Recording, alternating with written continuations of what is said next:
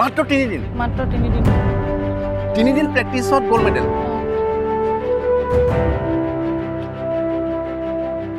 আলোক পাণ্ডে ছাৰে মোক দিল্লীলৈ যাবৰ কাৰণে ফ্লাইটৰ টিকেটৰ পৰা ধৰি ৰুমলৈকে ব্যৱস্থা কৰি দিছে ব্যৱস্থা কৰিলে তেখেত নহাহেঁতেন চাগে মই এবাৰ গ'ল্ড মেডেল আনিব নোৱাৰোঁ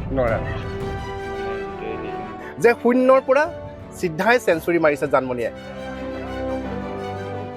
প্ৰলয়ংকাৰী বানে উজনি অসমত কেনে পৰিৱেশ পৰিস্থিতি সৃষ্টি কৰিছে আমি সকলোৱে দেখিছোঁ বহু লোকৰ জীৱন বৰ্তমান শূন্য হৈ পৰিছে আৰু তেওঁলোকে শূন্যৰ পৰা নতুনকৈ জীৱন আৰম্ভ কৰিবলৈ অগ্ৰসৰ হৈছে কিন্তু আজি আমি যোৰহাটৰ এনে এটা দৃশ্য দেখুৱাবলৈ আহিছোঁ যিটো দৃশ্য দেখিলে আপোনালোক সকলো অনুপ্ৰাণিত হ'ব কিয়নো এগৰাকী যুৱতীয়ে শূন্যৰ পৰা চিধাই চেঞ্চুৰী মাৰিছে আৰু তেওঁ আন কোনো নহয় তেওঁ হৈছে জানমণি কোঁৱৰ জানমণি আমাৰ সৈতে আছে জানমণি বহুত বহুত শুভেচ্ছা জনাইছোঁ ধন্যবাদ আৰু জানমণিৰ কথা নিশ্চয় আপোনালোকে ইতিমধ্যে জানিব পাৰিছে যে কেৰাটেৰ ৰাষ্ট্ৰীয় চেম্পিয়নশ্বিপত পদক অৰ্জন কৰিছে আৰু কিমান প্ৰত্যাহ্বান মই প্ৰথমতে জানমণিৰ সৈতে কথা পতাৰ পূৰ্বে জানমণিক ঘৰটো দেখুৱাই ল'ব বিচাৰিছোঁ যে জানমণি সেইটো নহয় জানো ঘৰ হয় হয় জানমণি মই ঘৰটো দেখুৱাই ল'ব বিচাৰিছোঁ সেইটো হৈছে জানমণিৰ বাসগৃহ বৰ্তমানো পানীৰ তলত আৰু এনেধৰণে পানীৰ তলত থকাৰ বাবে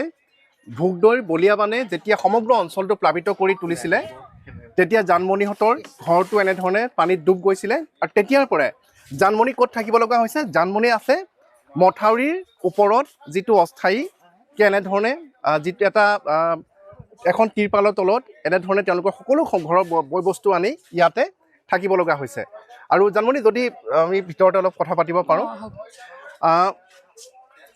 এইটো হৈছে জানমণিহঁতৰ ঘৰ পানীত ডুবি থকাৰ বাবে মথাউৰিৰ ওপৰত এনেধৰণে তেওঁলোকে অস্থায়ীভাৱে থাকিব লৈছে আৰু এতিয়া জানমণিক আমি দেখুৱাইছোঁ যে জানমণিয়ে গ'ল্ড মেডেল অৰ্জন কৰিছে মই পুনৰ দেখুৱাই লৈছোঁ যে শূন্যৰ পৰা চিধাই চেঞ্চুৰী মাৰিছে জানমণিয়ে কিমান প্ৰত্যাহ্বান অনুভৱ কৰিব নোৱাৰিব আমি জানমণিৰ মুখেৰে জানিব বিচাৰিম যে জানমণি এতিয়া তোমাৰ সেই যাত্ৰাটোৰ বিষয়ে যে আমি যি জানিব পাৰিছোঁ যে জানমণিয়ে পানীৰ বাবে বানপানীৰ বাবে ক'ত প্ৰেক্টিছ কৰিছে আমি জানমণিৰ মুখেৰে শুনিম পানীৰ বাবে মই প্ৰথমে পানী যেতিয়া নাছিলে তেতিয়া মই চোতালতে কৰি আছিলোঁ ঘৰৰ আগৰ তাৰপিছত যেতিয়া পানী হ'ল তেতিয়া মই মানুহ কোনো নুঠা আগতে সোনকালে উঠি সেই ভগাডোখৰ পাৰ হৈ পিনি অলপ আমি কথা পাতি গৈ থাকোঁ আমি দেখুৱাব বিচাৰিছোঁ জানমণিয়ে কেনে প্ৰত্যাহ্বানপূৰ্ণ পৰিস্থিতিত প্ৰেক্টিছ কৰিছিলে হয় জানমণি তুমি কৈ যোৱা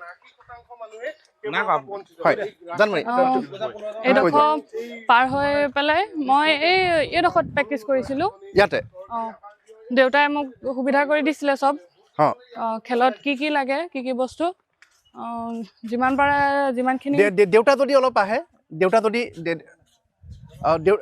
জানমণিৰ দেউতাকো এগৰাকী সুদক্ষ ফুটবল খেলুৱৈ আছিলে আৰু আমি দেখুৱাইছোঁ যে কিমান প্ৰত্যাহ্বানপূৰ্ণ বহুতে একোটা অতি অত্যাধুনিক ট্ৰেকত অত্যাধুনিক ষ্টেডিয়ামত জিমত গৈ প্ৰেক্টিছ কৰে কিন্তু জানমণিৰ পৰিৱেশ চাওক বানপানীৰ বাবে ঘৰ বিধ্বস্ত মথাউৰিৰ ওপৰত শিবিৰ পাতিছে আৰু মথাউৰিৰ যি অংশত ইতিমধ্যে ভোগদৈ মথাউৰি ছিগিছে তাত জানমণিয়ে প্ৰেক্টিছ কৰিছিলে কেনেকৈ প্ৰেক্টিছ কৰিছিলে অলপ ক'বা নেকি ভগা মানে যোনডোখৰ ছিগি আছে সেইডোখৰ পাৰ হৈ পিনি মই এডোখৰ আমাৰ ককা ফিচাৰীটো পোনে এডোখৰ জেগা আছে যোনডোখৰত অলপমান বালি আছে সেইখিনিত প্ৰেক্টিছ কৰিব পাৰোঁ আৰু সেইখিনিতে প্ৰেক্টিছ কৰিছিলোঁ কিন্তু অলপ কষ্ট হৈছিলে যিখিনি প্ৰেক্টিছ কৰিবলৈ সামগ্ৰী লাগিছিলে সেইখিনি এই হাকুডাল পাৰ কৰি নিব নোৱাৰোঁ কাৰণ ভয় লাগে হাকুডাল পাৰ হ'বলৈ অলপ হয় আৰু আমি জানিব পাৰিছোঁ যে যেতিয়া এই চেম্পিয়নশ্বিপত অংশগ্ৰহণ কৰিবৰ বাবে তুমি যেতিয়া অগ্ৰসৰ হৈছিলা তেতিয়া আমি কি দেখা পাইছিলোঁ যে এনেধৰণে যে ট্ৰেইনৰ চলাচল বন্ধ হৈ গৈছিলে হয়নে আৰু তুমি হতাশ হৈছিলা যে ইমান প্ৰেক্টিছ ইমান কষ্ট কৰাৰ পিছতো যে কেনেধৰণে সেই চেম্পিয়নশ্বিপত অংশগ্ৰহণ কৰিবলৈ যাবা তেতিয়া তাৰ পিছৰখিনি অলপ ক'বা নেকি মই দিল্লীলৈ যাব পাৰিম বুলি ভবাই নাছিলোঁ মোৰ ষ্টেট লেভেল গেম আছিলে জুলাই 24-25-26 তাৰিখে তালৈ যাম বুলি ভবাও নাছিলোঁ মোক পবিত্ৰ মাৰ্ঘেৰিটা ডাঙৰীয়াই যথেষ্ট অলপ সহায় কৰিলে তেখেতেও তাৰপিছত আলোক পাণ্ডে ছাৰে মোৰ দিল্লীলৈ যাবৰ কাৰণে ফ্লাইটৰ টিকেটৰ পৰা ধৰি ৰুমলৈকে ব্যৱস্থা কৰি দিছে। ব্যৱস্থা কৰি দিলে। তেখেত নহাহেঁতেন চাগে মই এবাৰ গ'ল্ড মেডেল আনিব নোৱাৰা। মানে ফিজিক্সৱালাৰ যি স্বত্বাধিকাৰ অলক পাণ্ডে ডাঙৰীয়াই তেওঁক ফ্লাইটৰ টিকেট কৰি দিছিলে হয় নাই? সেইটো কি তাৰিখ আছে? কিমান তেওঁ ইয়ালৈ আহিছিলে? আমি যিমান আহিছিলে। মই খালি মই ঘৰত নাছিলোঁ। মই মালখাত মোৰ বা এজনী ঘৰত আছিলোঁ। মোৰ মালখাতত এটা ক্লাব আছে। মই শিকাই আছোঁ ল'ৰা ছোৱালীখিনিক। তেহেঁতক খেলাবৰ কাৰণে তাত যাবৰ কাৰণে মই তাতে থাকি প্ৰেক্টিচ কৰাইছিলোঁ। আৰু সেইকাৰণে মই ইয়াত নাছিলোঁ। কিন্তু ছাৰে মোক লগ পাব পাৰিম নেকি সুধিছিলে। তেতিয়া মই পাৰিব বুলি ক'লোঁ। তাৰপৰা মই ইয়াত আহিলোঁ। তাৰপিছত ছাৰক লগ পাইছিলোঁ তেতিয়া। হয়, মানে আমি আচৰিত হৈছোঁ যে এগৰাকী খেলুৱৈৰ বাবে কিমান প্ৰত্যাহ্বানপূৰ্ণ। মই পুনৰ দেখুৱাইছোঁ এতিয়া ইয়াতে থকা বাকী ছাত্ৰীসকল কেনে পৰিৱেশেৰে তেওঁলোকে বিদ্যালয়লৈ যাব লগা হৈছে, কলেজলৈ যাব লগা হৈছে। লক্ষ্য কৰক যে ভোগদৈ মথাউৰি ছিগিছে আৰু তাৰ মাজতেই সেই প্ৰত্যাহ্বান নেওচি জানমণিয়ে প্ৰেক্টিচ কৰিছিলে। জানমণি কিমান দিন প্ৰেক্টিচ কৰিছিলে এই চেম্পিয়নশ্বিপৰ কাৰণে? 3 দিন। মাত্ৰ 3 দিন? মাত্ৰ 3 দিন। 3 দিন প্ৰেক্টিচত গ'ল্ড মেডেল? মানে আমাৰ বিশ্বাস কৰিবলৈ আমাৰ বাকৰুদ্ধ হৈ পৰিছোঁ, ভাষা নাই। ৰাষ্ট্ৰীয় পৰ্যায়ত এক চেম্পিয়নশ্বিপত গ'ল্ড মেডেল আনিছে জানমণিয়ে। জানমণি ঘৰ ডুবি আছে, মথাউৰিৰ এনে অতি প্ৰত্যাহ্বানপূৰ্ণ পৰিৱেশত প্ৰেক্টিচ কৰিছিলে। দেউতাক আছে। দাদা অকণ যদি আগবাঢ়ি আহে। আপুনিও এগৰাকী সুদক্ষ ফুটবল খেলুৱৈ আমি জানিব পাৰিছোঁ। আৰু আপোনাৰ জীয়ৰীয়ে যিটো সফলতা তাক আমি এক্সপ্লেইন কৰিব নোৱাৰোঁ। মানে কি ক'ব আপোনাৰ? মোৰ বিশেষকৈ এই দুখৰ সময়ত মই যে সুখটো পাম এইটো মই সপোনতো ভবা নাছিলোঁ। বিশেষকৈ আমাৰ যাতায়াতৰ অসুবিধা হয়।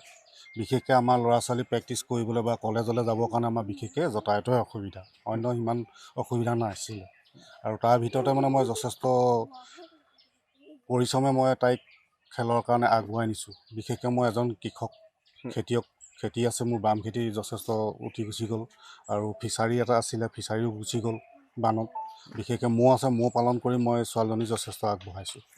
হয় হয়, আমি দেখুৱাইছোঁ যে এগৰাকী গৰ্বিত পিতৃ, কৃষক, আৰু তেখেতে খেতিৰ লগতে মৌ পালন কৰি বা তেনেধৰণৰ খেতি কৰি নিজৰ সন্তানক জানমণিক এগৰাকী সুদক্ষ খেলুৱৈ হিচাপে গঢ় দিয়াৰ বাবে চেষ্টা অব্যাহত ৰাখিছে। আৰু আমি চৰকাৰক আহ্বান জনাম যে এনে যিবোৰ প্ৰতিভা আপোনালোকে লক্ষ্য কৰক যে এনে প্ৰত্যাহ্বানপূৰ্ণ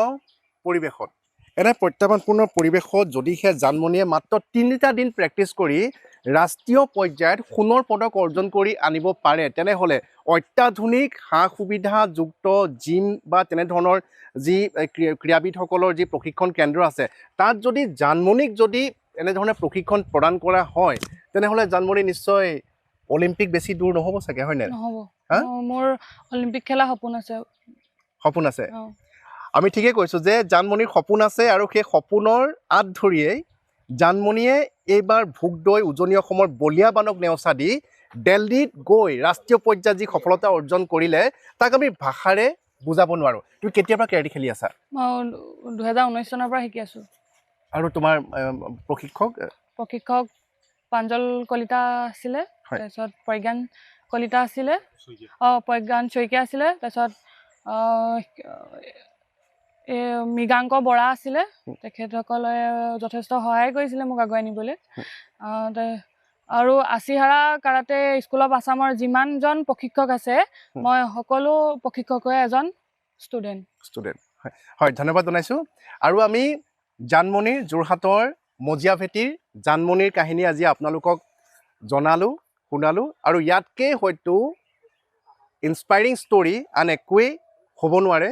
যিসকল লোকৰ জীৱন বৰ্তমান শূন্য হৈ গৈছে আমি সেইসকল লোকক জানমণিৰ ঘৰটো দেখুৱালোঁ। জানমণিৰ ঘৰৰ সকলো বয় বস্তু ইতিমধ্যে বানত জাহ গৈছে, মথাউৰিৰ ওপৰত দিন কটাব লগা হৈছে। আৰু তাৰ মাজতো কিন্তু নিজৰ যিটো সপোন সেই সপোনটো বাস্তৱত পৰিণত কৰিবৰ বাবে এনে প্ৰত্যাহ্বানপূৰ্ণ পৰিৱেশত জানমণিয়ে প্ৰেক্টিচ কৰিছিলে। পূৰ্বৰ যিবোৰ প্ৰেক্টিচ কৰি আহিছিলে, অনুশীলন আছিলে, তাৰ সমান্তৰালকৈ জানমণিয়ে 3 দিন মাত্ৰ মথাউৰিৰ ওপৰত প্ৰেক্টিচ কৰি ৰাষ্ট্ৰীয় পৰ্যায়ত সোণৰ পদক বুটলিবলৈ সক্ষম হৈছে। জানমণিলৈ আমি পুনৰবাৰ বহুত শুভেচ্ছা জনাইছোঁ। আৰু আমি আশা কৰিম যে চৰকাৰে এই ক্ষেত্ৰত দৃষ্টি প্ৰদান কৰিব লাগে। জানমণিৰ পিতৃ, জানমণিৰ পৰিয়ালটোৰ ক্ষেত্ৰত বিশেষ ব্যৱস্থা গ্ৰহণ কৰিব লাগে। যিহেতু এনে প্ৰত্যাহ্বানপূৰ্ণ পৰিস্থিতিত জানমণিয়ে নিজকে প্ৰমাণ কৰি দেখুৱাইছে। গতিকে চৰকাৰৰ পৰা যদি সহায় লাভ কৰে তেনেহ'লে হয়তো অসমে আন এগৰাকী আন্তঃৰাষ্ট্ৰীয় পৰ্যায়ৰ যে খেলুৱৈ লাভ কৰিব সেয়া নিশ্চিত। যোৰহাটৰ পৰা Gautam Bora, news 18 Assam, north east.